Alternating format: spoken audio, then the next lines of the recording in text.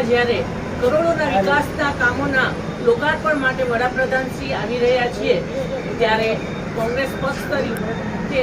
અમે પણ સ્વાગત કરીએ છીએ। પણ જ્યારે કરોડોના વિકાસના કામો જેના લોકાર્પણમાં આવી રહ્યા છે ત્યારે એક સક્ષમ વિપક્ષ તરીકે અમે વડાપ્રધાનશ્રીનું આપના માધ્યમથી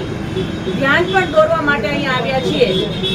કે ઘણા કરોડોના વિકાસના કામો છે એનું ખાતમુહૂર્ત પણ થઈ ગયું છે, એનું લોકાર્પણ પણ થઈ ગયું છે, પણ હજી સુધી એ જે કામો છે એ પૂર્ણ થયા નથી। એના હિસાબે જનતાને ખૂબ જ હાડમારી ભોગવવી પડે છે। રાજકોટની વાત કરીએ તો આજી રિવરફ્રન્ટનો જે મેઇન પ્રશ્ન છે કે જે પ્રોજેક્ટ છે એ 2012-13માં ચાલુ થવાનું હતું પણ હજી સુધી વિકાસના નામે એમાં બિંદુ છે। હજી સુધી એમાં જમીન સંપાદન પણ નથી થઈ અને જે ડિમાર્કેશન કરવું પડે એ પણ નથી થયું અને જે ગટરનો એટલે કે ગટરની પાઇપલાઇનનો જે હોય એ પણ નથી થયું। એના હિસાબે ગંધાતી ગટરના પાણી જે છે એ આમાં આવે છે અને એના હિસાબે ગાંડીવેલ અને મચ્છરનું જાણે ઉત્પાદન કેન્દ્ર બની ગયું હોય એવું લાગે છે। એની સાથે સાથે ન્યૂ રિંગ રોડની આપણે વાત કરીએ તો રૈયા રોડ હોય, નાના મવા સર્કલ હોય કે મવડી જે છે સર્કલથી જે રિંગ રોડની કનેક્ટિવિટી હોય એ પણ હજી પૂર્ણ થઈ નથી અને સાથે સાથે હંમેશા જે પણ કામ થાય એને પૂર્ણ થયા પછી ઉદ્ઘાટન કરવાનું હોય એની બદલે એક રોડ જે છે એ બનાવી અને જે બીજા ફેઝનો રોડ છે એ હજી બાકી છે કારણ કે માત્ર ને માત્ર ભારતીય જનતા પાર્ટી છે આમાં ભ્રષ્ટાચાર કરી શકે, એમના જે આગેવાનો છે એ આજુબાજુમાં આવતી જમીન લે વેચ કરી અને કરોડો કમાઈ શકે એવો આશય હોય એવું ચોક્કસ લાગી રહ્યું છે। એની સાથે સાથે તમે જોશો કે અમદાવાદ રાજકોટ જે નેશનલ હાઈવે છે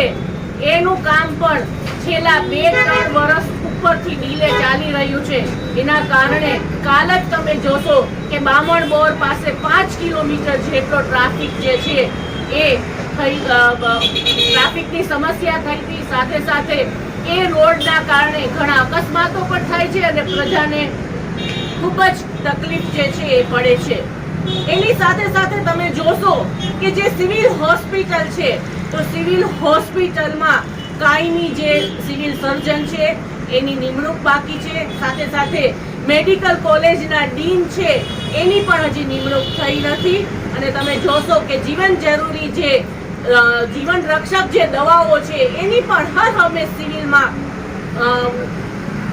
તાતી એની જે છે એનો સ્ટોક હોતો નથી। એના હિસાબે પણ લોકોને પારાવાર હાલાકી થાય છે। સાથે તમે જોશો કે કોરોના કાળમાં જે બિલ્ડિંગ જે બન્યું હતું એ બિલ્ડિંગ જાણે કે અત્યારે એનો ઉપયોગ જ ન થતો, એના ઘણા બધા રૂમ છે, ઘણા જે ફ્લોર છે એ ખાલી પડેલા છે અને એનો ઉપયોગ ન થવાને કારણે પણ ઘણા દર્દીઓને ઘણી હાલાકી ભોગનો સામનો કરવો પડે છે। સાથે સાથે તમે જોશો કે કાયદો અને વ્યવસ્થાની સ્થિતિ છે એ ખૂબ જ કથળી ગઈ છે।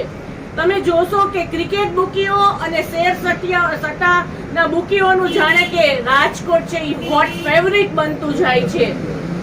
બહેનોની ઇજ્જત ઉપર સરા જાહેર બનાવો બને છે, ઘણા જે ખૂન કેસો છે એ પણ અહીંયા થઈ રહ્યા છે અને સાથે સાથે આજના જ દૈનિક પેપરમાં તમે જોશો કે ભારતીય જનતા પાર્ટીના નગર સેવકના ત્રાસથી એક જે પરિવાર છે એ સામૂહિક આત્મવિલોપનની જ્યારે માગણી કરે છે તો આનાથી બીજો મુદ્દો જે છે કથળતી કાયદો અને વ્યવસ્થાની શું હોઈ શકે। ત્યારે આ દરેક મુદ્દાનું અમે વડાપ્રધાનશ્રીને આપના માધ્યમથી જાણ કરીએ છીએ અને એટલું પણ કહીએ છીએ કે આ ભારતીય જનતા પાર્ટીના શાસકો મુખ્યમંત્રી શ્રીનું તો કહ્યું માનતા નથી।